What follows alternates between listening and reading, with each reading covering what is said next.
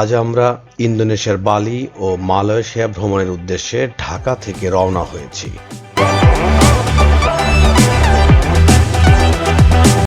আমরা ঢাকা থেকে মালয়েশিয়া এয়ারলাইন্সে করে প্রথমে ইন্দোনেশিয়ার বালিতে যাব।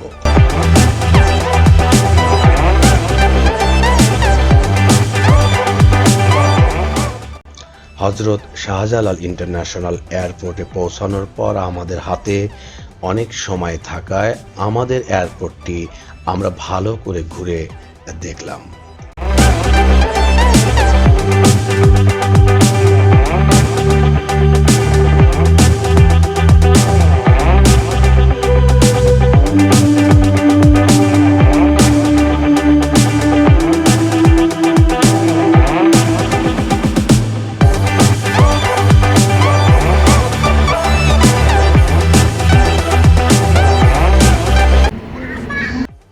বালি যাবার পথে কুয়ালালামপুর ইন্টারন্যাশনাল এয়ারপোর্টে আমাদের 2 ঘন্টার মতো ট্রানজিট ছিল। আমরা ভেবেছিলাম এই ট্রানজিট কষ্টদায়ক হবে, কিন্তু কুয়ালালামপুর ইন্টারন্যাশনাল এয়ারপোর্টে নামার পর মনে হলো আরও বেশি ট্রানজিট হলেই বরং ভালো হতো। আমরা এই কুয়ালালামপুর এয়ারপোর্টের সৌন্দর্যে বিমোহিত। এত সুন্দর একটি এয়ারপোর্ট যেখানে অনায়াসে আপনি কয়েক ঘন্টা কাটিয়ে দিতে পারবেন। Booking.com থেকে আমরা বুক করেছিলাম বালি স্যান্ডি রিসোর্ট, কুটা বিচের ঠিক পাশেই।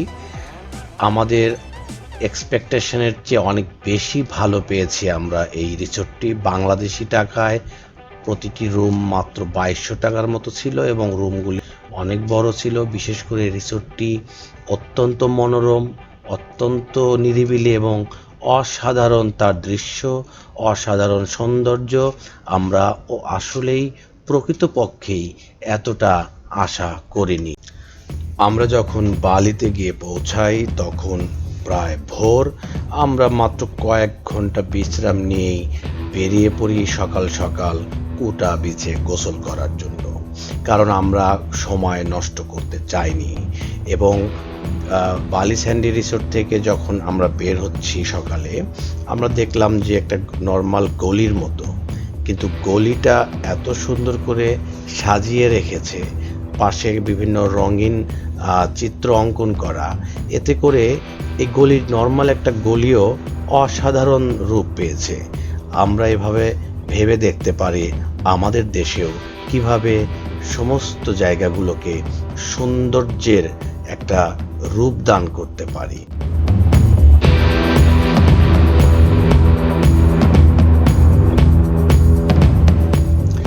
যেহেতু আমরা অনেক ভোরে নেমেছিলাম এবং আমাদের ঠিক মতো খাওয়া হয়নি, আমরা বিচে নামার আগে বিচের পাশে থাকা রেস্টুরেন্টগুলোতে ঢুকে খাবার পরখ করে দেখতে চাইলাম এবং আমরা কিছু খাবার ওখানে খেয়ে নিলাম।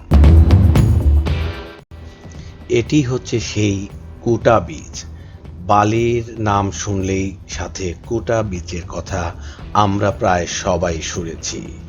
যেহেতু আমরা এর আগে কখনোই এখানে আসিনি, আমাদের কাছে এটি নতুন এবং আমার কাছে মনে হয়েছে এটি একটা অসাধারণ জায়গা। বিশেষ করে আমরা যে ধরনের বিচ দেখে অভ্যস্ত, এটি তার থেকে অনেকটাই আলাদা। আমরা যখন বিচে যাই তখন এখানে আমরা খুব বেশি ভিড় দেখিনি। আমি জানি না সব সময় এরকম থাকে কিনা, তবে এরপরেও আমি 2-1 দিন ওখানে গিয়েছি, আমার চোখে খুব বেশি ভিড় লাগেনি।